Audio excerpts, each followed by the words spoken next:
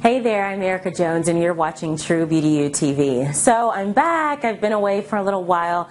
I haven't done an actual live video in ages, so I'm really glad to be back in front of the camera and giving you some great content. And today I'm sharing with you one of my favorite recipes that I've made with essential oils. It's a do-it-yourself recipe. It's super easy, but it's for whipped body butter, and I want to show you how awesome this body butter is.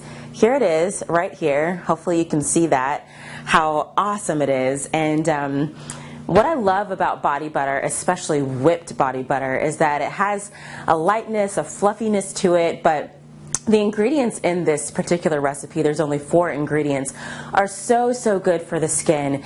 And we're using shea butter and coconut oil and almond oil, which is rich in vitamin E, which is awesome for the skin.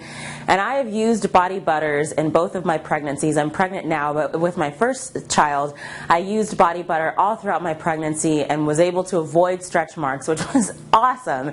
And so far I've been able to do the same thing in this pregnancy, fingers crossed. But I know that the healthy fats and the benefits of do-it-yourself recipes like this body butter are great. And what I've found is that with a simple do-it-yourself recipe like this, even in some of the high-end stores that I've been to in the malls that carry really high-end luxury products, even their body butters don't stand up to this one. And the great thing about this is that it's just got 4 simple, really pure ingredients. It's pure enough for you to be able to even eat it. It probably wouldn't taste good, but you could eat it.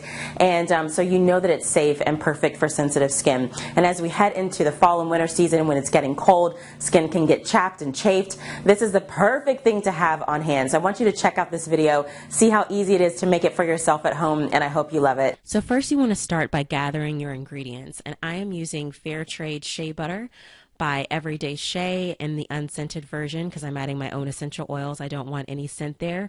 And you can find this in most health food stores in your area. So you start with that, and I've measured out about 1 cup into this little measuring spoon, and we're not baking here, so it's okay if it's not completely exact. And then I've also measured out some coconut oil. It's a 1/2 cup of coconut oil that I've also put into the measuring cup. So you can see that there.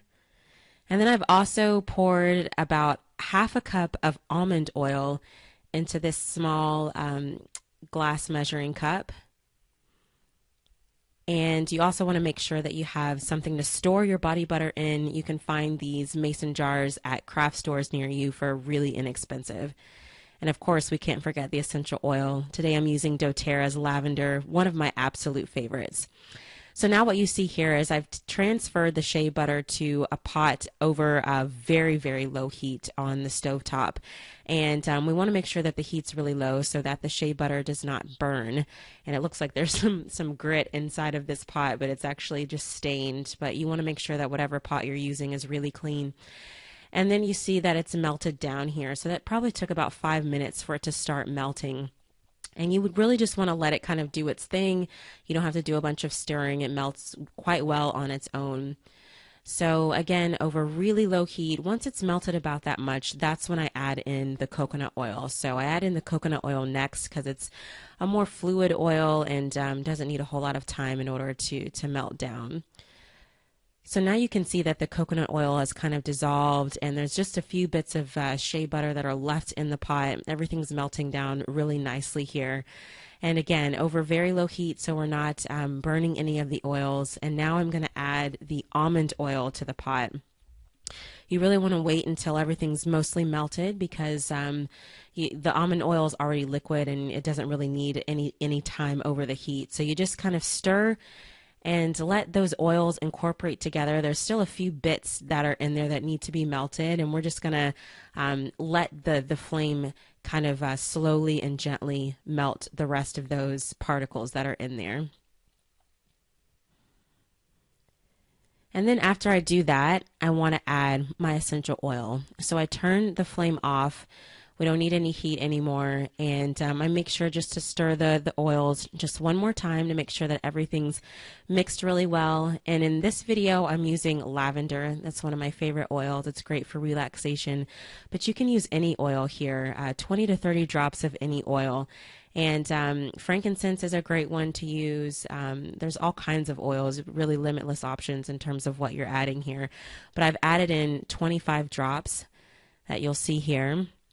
And after I add those drops in, I'm just going to stir the pot one more time just to make sure that the essential oil is nicely incorporated throughout the mixture.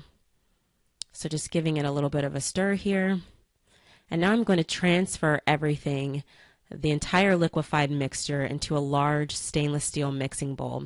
It's important that whatever bowl you transfer the mixture to is the bowl that you're going to actually mix and whip your body butter in, because you don't want to be trying to transfer it to another bowl once it's set. So you can see me pouring the mixture into this stainless steel bowl, and then you're going to put it in the refrigerator to set. The time is going to vary in terms of how long it's going to take for your body butter to set. It took me about 2 hours for my refrigerator, just based on how cold our refrigerator is. But I wanted to show you the consistency that you're looking for. You want it to have some structure and not be liquefied, but it can't be too solid, because coconut oil will really solidify in the fridge, and you don't want that because it won't be able to be whipped. Now you see me here getting ready to whip the body butter. I'm using a standing mixer, a KitchenAid. You don't have to do anything that heavy duty. You can use a handheld mixer if you want.